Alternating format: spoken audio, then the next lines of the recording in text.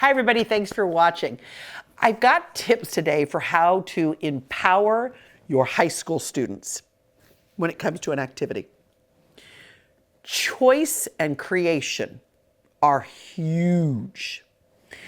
I tried something, gosh, must have been my second or third year of teaching, and I thought this is going to fall on its face. But I read it somewhere in a book. You know how that goes. I read it in a book, so it surely must work. Of course, it's like now, today's world, people say, I heard it on the internet.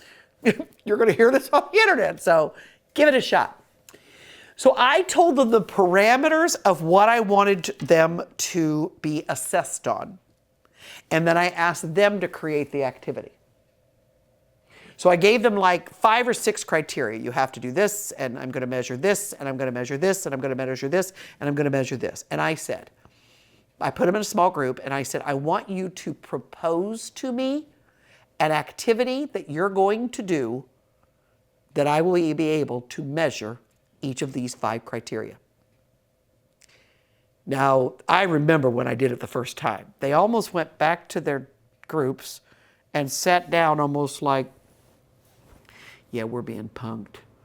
There is no way we are coming up with this. And I'm not going to lie that the first time we did it, I mean, I had some jokes of ideas. And I just pushed them, okay? That's only going to let me measure this and this. How am I measuring this, this, and this? Oh, and then go back to the drawing board. But by the time I got, to fall break, what they were coming up with, I would have never thought of it. They would say, don't tell anyone, Miss Tooley, until we do it. Empowering those kids, saying, look, this is what I'm measuring. So you better give me an ability to grade all of these things, because this, I knew by state standards, right? These are the standards I've got to measure. But the methodology of how we got there is completely up to them. It was a game changer for me. Kids felt so empowered in my room. So every now and then, when I gave a predetermined activity, it was almost like ruckus. Miss Tooley, what about if we did this instead? But I would say, nope, this one's not up for debate. Everyone's going to do this one. So I'm not saying we do it all the time, but try it. Try it, and you will be shocked. Brace yourself for the bumpies, okay? That first time, they're going to look at you, because remember, they're just used to giving you your right answer.